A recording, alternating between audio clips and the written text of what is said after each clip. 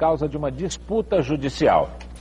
Quando as matrículas na escola Albino César foram abertas no final do ano passado, vários pais conseguiram na justiça uma liminar para que as vagas fossem preenchidas através de um exame de seleção. 700 alunos passaram. Mas a direção da escola também fez a inscrição de outros 700 candidatos por ordem de chegada. Como não há vaga para tanta gente, foi criado um impasse. Aqui na escola Albino César, pais e alunos ainda esperam uma resposta da diretoria, que aguarda uma sentença da juíza Maria Tereza Mota Ramos, que, por sua vez, não pode dizer nada enquanto o Ministério Público não enviar a ela um parecer sobre o caso. O grande problema é que faltam apenas 4 dias para o início das aulas. Se a Justiça se decidir até sexta-feira, nós teremos condições de começar as aulas com as primeiras séries na próxima quarta-feira. E os alunos que não conseguirem vagas, o que é que vai acontecer com esses alunos? Serão remanejados para outras escolas da 4ª Delegacia de Ensino. São Paulo e Mogi Mirim jogam daqui a pouco em Mogi, encerrando a 3ª rodada do Paulistão. O tricolor entra em campo entusiasmado com a volta de Tele Santana. O São Paulo vai a Mogi Mirim sem o atacante Miller e Toninho Cerezo fica no banco de reservas. Mas a volta do técnico campeão do mundo, Tele Santana, já deu novo ânimo à equipe. Tele estava de férias na Europa e encontra o São Paulo com 3 pontos ganhos, na mesma posição do Mogi Mirim. O experiente treinador gostou de saber que os jogadores sentiram falta dele. Se sentiram minha falta para o bem, para melhorar, eu fico satisfeito. Um guarda noturno da Prefeitura de Bragança Paulista deu um prejuízo de 34 milhões para a cidade. É que ele aproveitava as noites de trabalho telefonando para o Disque Sexo, só que de Portugal. Foram 260 telefonemas internacionais. O guarda disse que descobriu o número do telefone no anúncio de televisão e resolveu ligar porque se sentia solitário nas suas noites de vigília. O São Paulo Já fica por aqui. Você acompanha agora as notícias do Jornal Nacional. Nós voltamos amanhã às 1:45 da tarde. Até lá.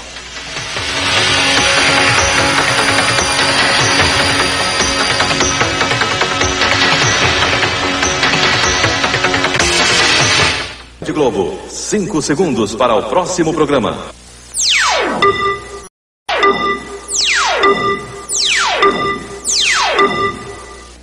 Portugal convoca o embaixador brasileiro para negociar o fim das divergências entre os dois países. O Departamento de Estrangeiros do Brasil já definiu as restrições para conceder visto aos portugueses. O ministro da Fazenda admite que pode isentar estados e municípios do imposto sobre o cheque. Alerta no Paraná. Ladrões levam de um armazém meia tonelada de um veneno agrícola que pode matar. Uma nave espacial russa testou com sucesso o espelho que reflete a luz do sol e faz a noite virar dia na Terra. Uma pesquisa médica revela as consequências que o sonho pode trazer para o coração.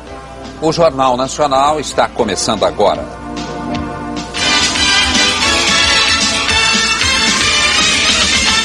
O governo português convoca o embaixador brasileiro para discutir uma solução que evite divergências diplomáticas entre os dois países. As novas exigências para a entrada de portugueses que querem trabalhar no Brasil foram o destaque de hoje nos noticiários portugueses. A manchete dos jornais, rádios e televisões portuguesas é o Brasil. A imprensa considerou a reciprocidade brasileira como uma alfinetada do Brasil em Portugal.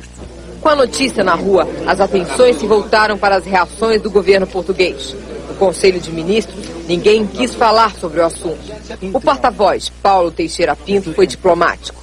Se esse problema não for tratado com tato e bom senso, poderá afetar definitivamente as relações Brasil-Portugal. Não farei qualquer outra declaração pública, para além do que acabei de referir. Portugal limita-se a cumprir aquilo que está na lei e não vai tomar nem vai pretender criar qualquer polémica. Nós fomos conversar com o presidente Mário Soares. Antes de dar qualquer declaração, ele quis notícias do Brasil. O presidente Mário Soares disse que ficou penalizado com a atitude do governo brasileiro. Para o presidente português, as relações Brasil-Portugal não podem ser arranhadas por uma questão administrativa. É aqui que se exerce o tal magistério de influência. Eu vou tentar convencer as pessoas de que é preciso encontrar uma solução. Não se trata de pôr em causa as medidas que são medidas comunitárias, mas os brasileiros têm que ser tratados com um carinho particular, porque são brasileiros e, portanto, irmãos. Também no parlamento, a reciprocidade brasileira foi discutida. Os deputados portugueses fizeram críticas e consideraram a decisão brasileira uma retaliação. No final da tarde, o embaixador José Aparecido de Oliveira foi chamado para uma conversa com o ministro dos Negócios Estrangeiros de Portugal, Durão Barroso. O ministro lamentou que tudo isso esteja acontecendo e disse ao embaixador que a disposição do governo português é superar esse incidente, porque essa questão não pode afetar os 500 anos de relacionamento entre Brasil e Portugal. O presidente Mário Soares vai discutir o problema dos brasileiros em Portugal amanhã numa reunião com o primeiro-ministro Cavaco Silva. E a partir de hoje já está valendo. Nenhum cidadão português poderá entrar no Brasil para trabalhar sem o visto emitido pelo consulado brasileiro em Portugal.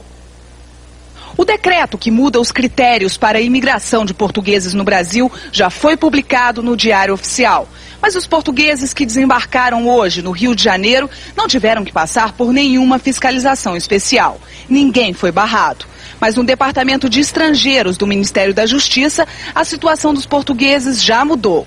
Segundo o diretor do departamento, Francisco Guimarães, por mês entravam aqui, em média, 150 pedidos de portugueses para permanecer no Brasil. Todos eram aceitos. Os portugueses eram os únicos entre os estrangeiros que tinham vantagens no Brasil. Agora os portugueses vão ter que respeitar este guia prático para orientação a estrangeiros no Brasil. Para trabalharem aqui, além do visto do Consulado do Brasil em Portugal, vão ter que provar também que têm nível superior, contrato de serviço especializado e não poderão concorrer no mercado de trabalho brasileiro. Este processo, por exemplo, é de uma portuguesa que veio para trabalhar no Brasil como analista de sistemas. Ela não tem curso superior e vai ocupar a vaga de um brasileiro. Pedidos como este não serão mais aceitos. O Itamaraty promete ficar atento a tudo o que estiver acontecendo com os brasileiros em outros países. E segundo o ministro Fernando Henrique Cardoso, em relação a Portugal, daqui para frente existe uma regra, a de igualdade de tratamento. Se houver concessões feitas lá, concessões serão feitas aqui. É o normal na relação internacional. Nós é que estávamos sendo talvez mais generosos na interpretação da lei do que os portugueses. A Polícia Federal pede ajuda da Interpol para achar o empresário acusado de abandonar operários brasileiros no Zaire. Hoje, todos foram depor em Manaus. A Polícia Federal descobriu que os contratos dos operários com a construtora Amazonas Limitada nem foram registrados em cartório e que a situação deles no Zaire era ilegal. Os passaportes dos operários tinham apenas visto de turista. Mesmo assim, eles construíram mais de 200 casas populares durante 5 meses no Zaire. Segundo eles, sem receber salário. O empresário Yung Seo-han, que levou os operários para o Zaire, vai ser enquadrado agora por tráfico de trabalhadores para o exterior. O advogado Raimundo Quara de Souza informou hoje que o empresário Yung Seo-han teria ido para o Zaire há 1 mês, especialmente para resolver o problema dos brasileiros. Só que nunca mais deu notícias. A Polícia Federal já pediu ajuda da Interpol para descobrir se o empresário teve problemas por causa da guerra civil no Zaire ou se ele fugiu. A seguir, o ministro da Fazenda admite isentar estados e municípios do imposto sobre cheques. Denunciada uma quadrilha de sequestros e tráfico de drogas dentro de um presídio do Rio.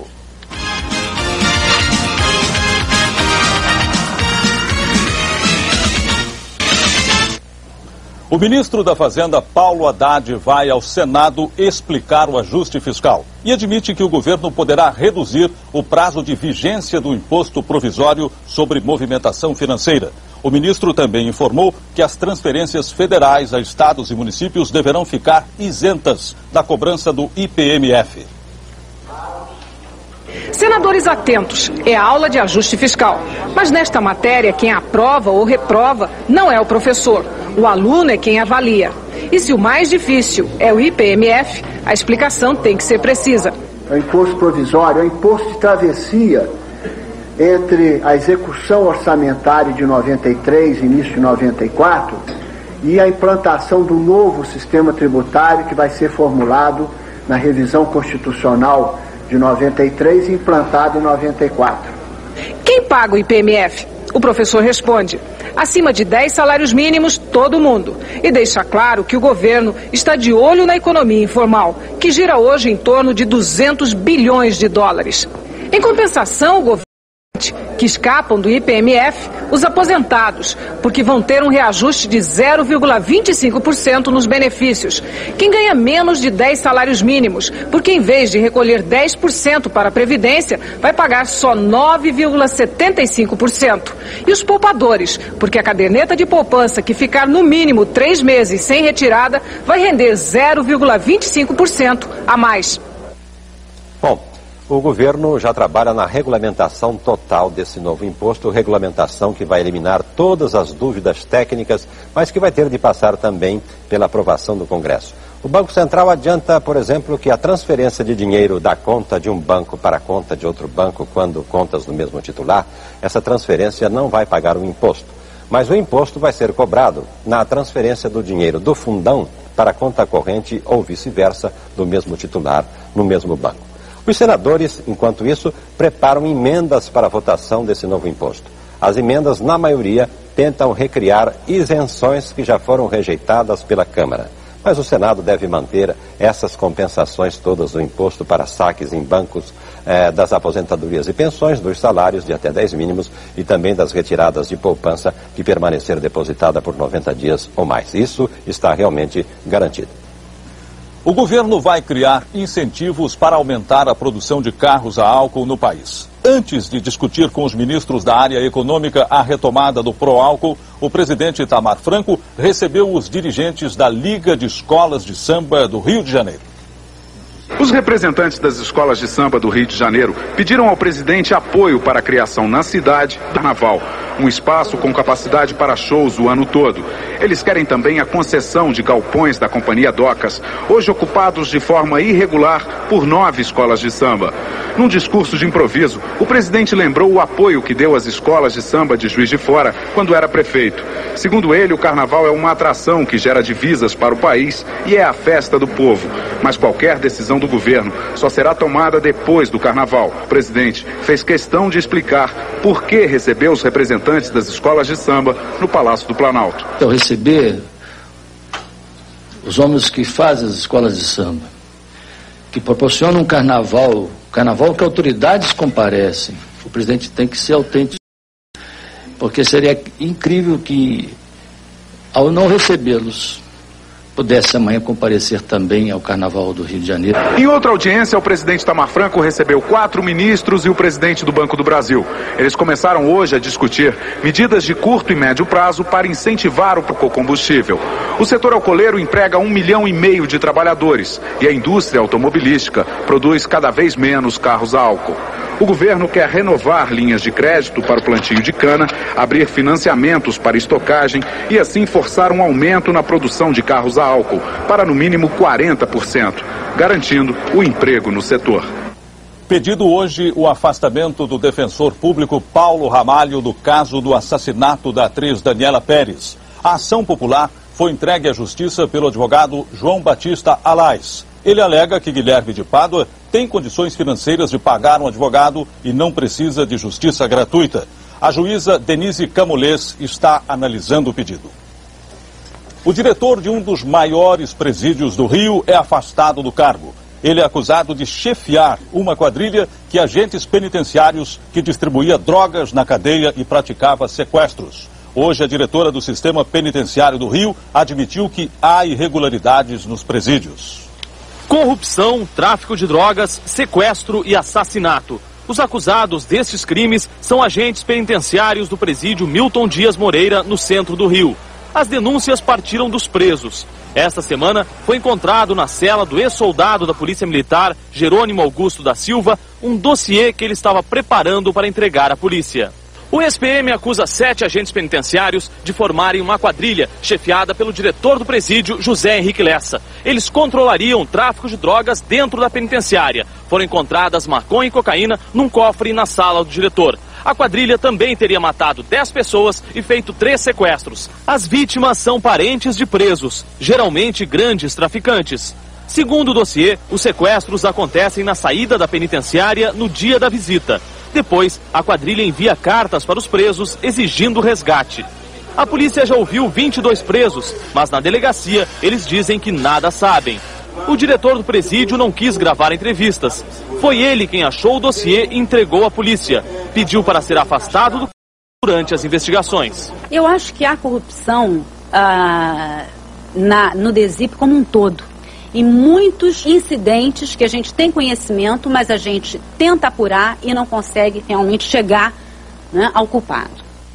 Em instantes, Hortência volta a treinar depois da agressão numa quadra de basquete. Roubados de um depósito do Paraná 500 quilos de um agrotóxico venenoso.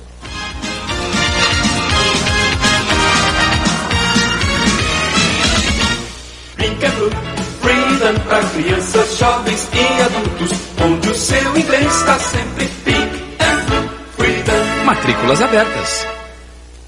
Antártica, uma paixão nacional, como Daniela Mercury. Nesse calor você merece uma cerveja.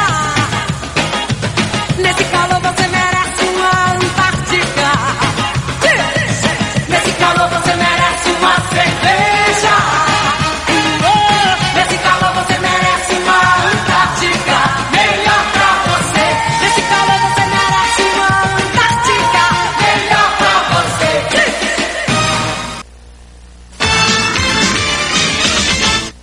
Um alerta em Londrina, no Paraná. Ladrões roubam quase 500 quilos de um agrotóxico proibido que pode até matar.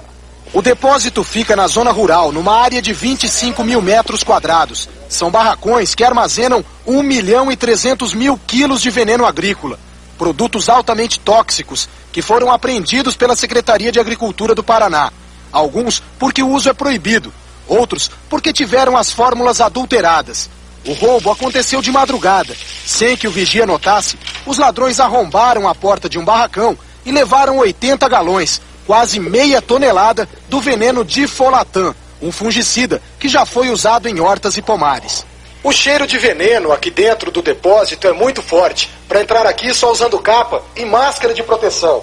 Os técnicos acreditam que o veneno foi roubado por uma quadrilha para ser vendido para fazendeiros da região e fazem um alerta. O uso desse tipo de veneno é proibido por lei. Embora ele esteja com o prazo de validade vencido, continua tóxico e cancerígeno. Se for jogado num rio, por exemplo, pode provocar um desastre ecológico. Se for manipulado sem cuidado, pode até matar. O aparelho de raio-x roubado em Manaus não possui cápsula radioativa de Césio-137. A afirmação é do secretário de Saúde do Amazonas, Abelardo Pamplona. Ele informou que o equipamento é elétrico e estava com defeito.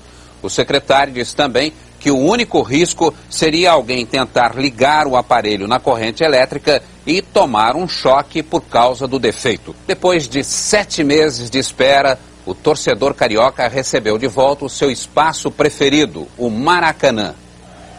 O gigante despertou feliz. Foram quase 7 meses de silêncio e saudade, até que finalmente o Maracanã reabriu o sorriso do torcedor carioca. Desse jeito, o Rio de Janeiro fica mais feliz e o estádio mais seguro também. Para recuperar o maior estádio do mundo, verba digna do tamanho dele, mais de 15 bilhões de cruzeiros até agora. Restam marcas de quem passou tanto tempo na UTI, mas as visitas estão liberadas. O Maracanã recuperou a capacidade total de iluminação. Quando toda a arquibancada estiver coberta por cadeiras como essa, para cumprir uma determinação da FIFA, a lotação vai ser de 130 mil pessoas. Na volta de Renato Gaúcho ao Flamengo, a torcida fez o seu papel. Era noite de matar saudades, uma festa com a colaboração de 40 mil torcedores e até do goleiro do Cruzeiro. Nilson cruza, Paulo César falha, a bola entra. Logo depois, Piá cruza e Nilson agradece. Flamengo 2, Cruzeiro 0. Renasce o gigante, de volta à velha vocação, de novo vibrante. A polícia de Campinas abre inquérito para identificar os torcedores que agrediram a jogadora Hortência. A agressão sofrida pelas jogadoras Marta e Hortência no final do jogo entre Leite Moça e Ponte Preta, na noite da última terça-feira em Campinas, não vai ficar registrada apenas como mais uma cena lamentável do esporte brasileiro. A agressão virou caso de polícia. A primeira providência foi a imediata interdição do ginásio onde aconteceu o jogo. E mesmo sem ninguém ter prestado queixa, o delegado Agostinho Reis abriu inquérito policial por entender que se trata de um crime de ação pública. Com a ajuda da televisão, ele espera encontrar os responsáveis. Vamos solicitar também um depoimento de testemunhas que lá estavam, ouvir os policiais também que estavam trabalhando no local, para tentar chegar aos culpados. A agressão sofrida por Hortência chocou todo o país e mais indignada ainda ficou a população aqui de Campinas. E para provar que a maioria das pessoas não concorda com o que aconteceu, uma escola de línguas até fixou 3 faixas na porta, pedindo desculpas à rainha do basquete em inglês, português e francês. Depois de passar o dia todo tratando dos ferimentos que sofreu nos dedos e na perna, Hortência voltou a treinar hoje. O ambiente no clube ainda é de muita indignação. Por causa de um soco que levou, Marta treinou com um tampão no olho esquerdo. Apesar do incidente ter virado caso de polícia, Hortência garante que o caso dela é outro. Eu pretendo jogar basquete, é isso que nós vamos fazer. Essa é a resposta que nós vamos dar, jogando basquete, dentro da quadra. O Grande Prêmio da França de Fórmula 1 vai voltar ao calendário e será disputado no dia 4 de julho no circuito de Magny-Cours. A prova tinha sido suspensa por causa da lei antifumo do Congresso francês, que proibia propaganda de cigarros nos carros. O governo francês concordou em abrir uma exceção para a Fórmula 1. Veja agora a previsão do tempo para amanhã em todo o país. A frente fria já alcançou o Rio de Janeiro e agora se dirige para o Espírito Santo. Além disso, a área de instabilidade cobre boa parte do Nordeste e do Norte do país, o que deve causar chuva e muita nebulosidade para essa faixa escura, que vai do Amazonas até o leste de São Paulo. Nas áreas listradas, um dia de sol. À tarde, as nuvens aumentam e devem ocorrer pancadas de chuva. As temperaturas caem mais um pouco na região sudeste. 32 graus no Rio de Janeiro, 27 em São Paulo, 23 em Belo Horizonte e em Brasília, 28 graus. Daqui a pouco, o salvamento milagroso de um operário soterrado num desabamento. Um estudo mostra que os sonhos podem provocar ataques do coração.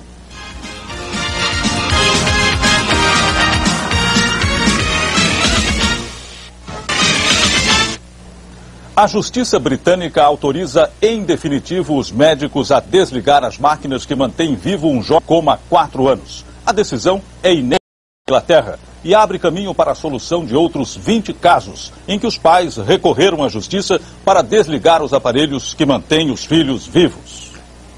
Tony Bland foi pisoteado durante os tumultos no estádio de Hillsborough, na Inglaterra, há 5 anos. Nunca mais recuperou a consciência. Os pais de Tony quiseram desligar as máquinas, mas os médicos se recusaram a agir sem autorização legal. Ela foi dada no ano passado, mas só agora a Casa dos Lordes, o Tribunal Supremo do país, confirmou a decisão. Os advogados da família informaram que as máquinas serão desligadas nos próximos dias. Um operário é soterrado num desmoronamento e escapa da morte. Ele foi salvo pelos colegas, que usaram os capacetes para tirar a terra que desabou. O acidente foi em Londrina, no Paraná. O operário Jaci Camargo trabalhava na ampliação de uma rede de esgoto. Ele abriu uma valeta de 3 metros de profundidade quando o barranco desabou em cima dele. O operário chegou a ficar soterrado, mas foi socorrido pelos colegas, que tiravam a terra usando os capacetes. Com a chegada dos bombeiros, eles amarraram cordas em volta do corpo do operário e puxaram lentamente. Jaci foi levado para o hospital com ferimentos leves na perna. A polícia prende 30 pichadores de 2 gangues rivais em Belo Horizonte. 26 são menores de idade. Eles não pouparam nem a academia de polícia, que ficou cheia de inscrições. Os pichadores vão ter que limpar todos os muros e casas que sujaram. Um avião bimotor que ia de São Paulo para Cuiabá cai em Ituiutaba, no Triângulo Mineiro. Chovia muito na hora do acidente. Na queda, o avião abriu um buraco de 3 metros de diâmetro no chão. As 5 pessoas que estavam a bordo morreram na hora. O presidente Itamar Franco sancionou hoje o projeto que regulamenta o plebiscito que vai decidir o novo sistema de governo no país. O presidente vetou uma emenda prevista na regulamentação, a que define o modelo de cédula a ser usado na votação. Os presidencialistas e os monarquistas pediram ao presidente que vetasse o modelo porque acharam que a cédula beneficiava os parlamentaristas. O novo modelo da cédula será agora definido pelo Tribunal Superior Eleitoral. Um ato público com políticos de vários partidos marcou hoje o lançamento da Frente Presidencialista de São Paulo. O lançamento da Frente Paulista dos Presidencialistas reuniu lideranças do PMDB, PT, PFL, PRN e muitos políticos do interior do estado. Também participaram empresários, sindicalistas e líderes estudantis, que mais uma vez espalharam verde e amarelo para todo lado. Os presidencialistas defenderam que não é a mudança de sistema de governo que vai resolver os problemas do país. Para eles, o presidencialismo é uma tradição brasileira porque é popular, ao contrário do parlamentarismo, considerado um regime de elite. Pelo conteúdo dos discursos e pelo material de campanha lançado hoje, fica claro que os presidencialistas vão não só defender o atual sistema de governo, mas também atacar com veemência o sistema parlamentar.